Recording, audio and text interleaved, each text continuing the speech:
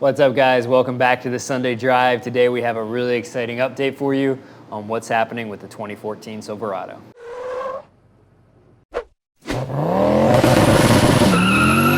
So welcome back, guys. Thank you so much for all the positive feedback on the last two videos. Really blown away by everyone's support and wishing me well with getting my truck back on the road. This is the block out of my truck. You can see a lot of it's been stripped down at this point. And we have some really good news to go over today. So if you watched the last couple videos, you know that we were sent the wrong heads for my 2014 Silverado. Unfortunately, we received 6.2 heads instead of the 5.3 heads, and well, that messed up and caused a lot of damage to my cylinder block. Fortunately, GPI has been fantastic.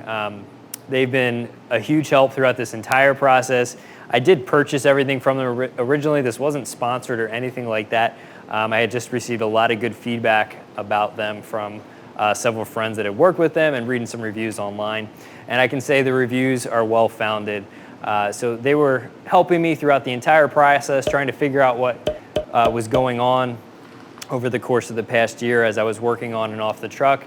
And when I did finally identify the issue, I emailed Ryan at customer service at GPI, and they didn't even argue with it. They immediately accepted responsibility for sending me the wrong part and immediately told me that they were going to take care of me. They not only are replacing all of the components for the DoD delete, because there were probably added stresses and strains on those components given the wrong heads and the impacts that were going on inside the motor. So they're replacing all those parts, but they're also covering the cost of a new motor. So this is a new to me used motor, has 40,000 miles on it. But considering that my motor had 110,000 miles, it's not too shabby, and they covered the cost of this. I was able to find one at a local salvage yard. I went and picked it up a couple weeks ago with Pete, and I've been slowly stripping it down as I've had time. We're mostly stripped out. We still got to pull out a few components here, but it's coming along nicely. I have most of the new DoD delete parts from GPI. I'm just waiting on the new heads, and I definitely will be double checking this time to make sure that I have the 5.3 heads, although I'm sure everything will be squared away. There's not many companies that you will find that do that, and I'd rather work with a company that messes up and helps fix it than a company that almost never messes up, but when they do, they can't own up to it and they don't really help the customer out. So very glad that I went with GPI. I'll definitely be continuing to work with them. Again, none of this is sponsored, none of this is paid for. They just have had really good customer service. Check your parts, guys. I think that's the biggest takeaway. Check your parts. Can avoid a lot of headaches down the road. So as I just mentioned, the teardown of this motor is in progress. I already have the heads pulled off. I already disassembled the existing rocker arms, pulled out the OEM trunnions, have new trunnions that are going to go in there. This still needs to be cleaned up a lot, but I did clean up the pistons already a lot, but the surfaces themselves need to be cleaned up. The oil pump, or oil pan rather, is off.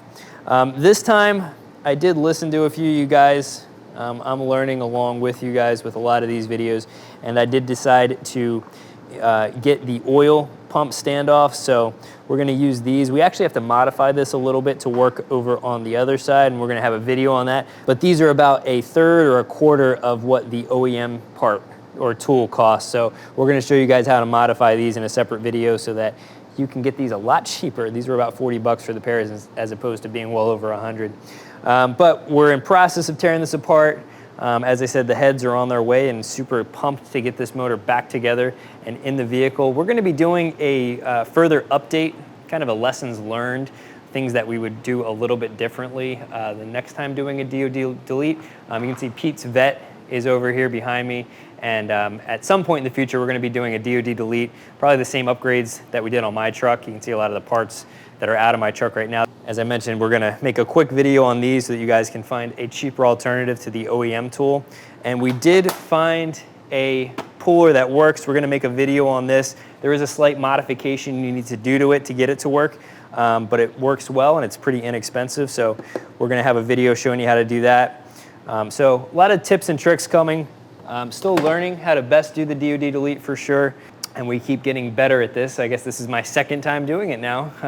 On this truck anyway. And just to remind you guys, we are still gonna do dyno runs. So once we have this truck back on there, now unfortunately it's not the exact same motor, but given that they're both stock 5.3s, the numbers should be very, very similar. So we're curious to see what kind of gains we pick up with the ported heads and the cam, and then we're gonna start adding the other components, the 6.2 liter intake and intake manifold, see how much power those add. And who knows what we might do in the future. We also still have the 6L90 torque converter video coming out.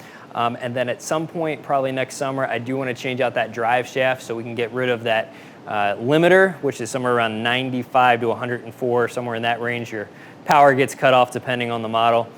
So I definitely want to change out that drive shaft so I can get rid of that. So a lot more content is coming on the Silverado. Thank you guys for bearing with us. Again, very sorry this video series has taken so long to complete, but we are finally nearing that finish line and very excited to get the truck back on the road in time for the winter.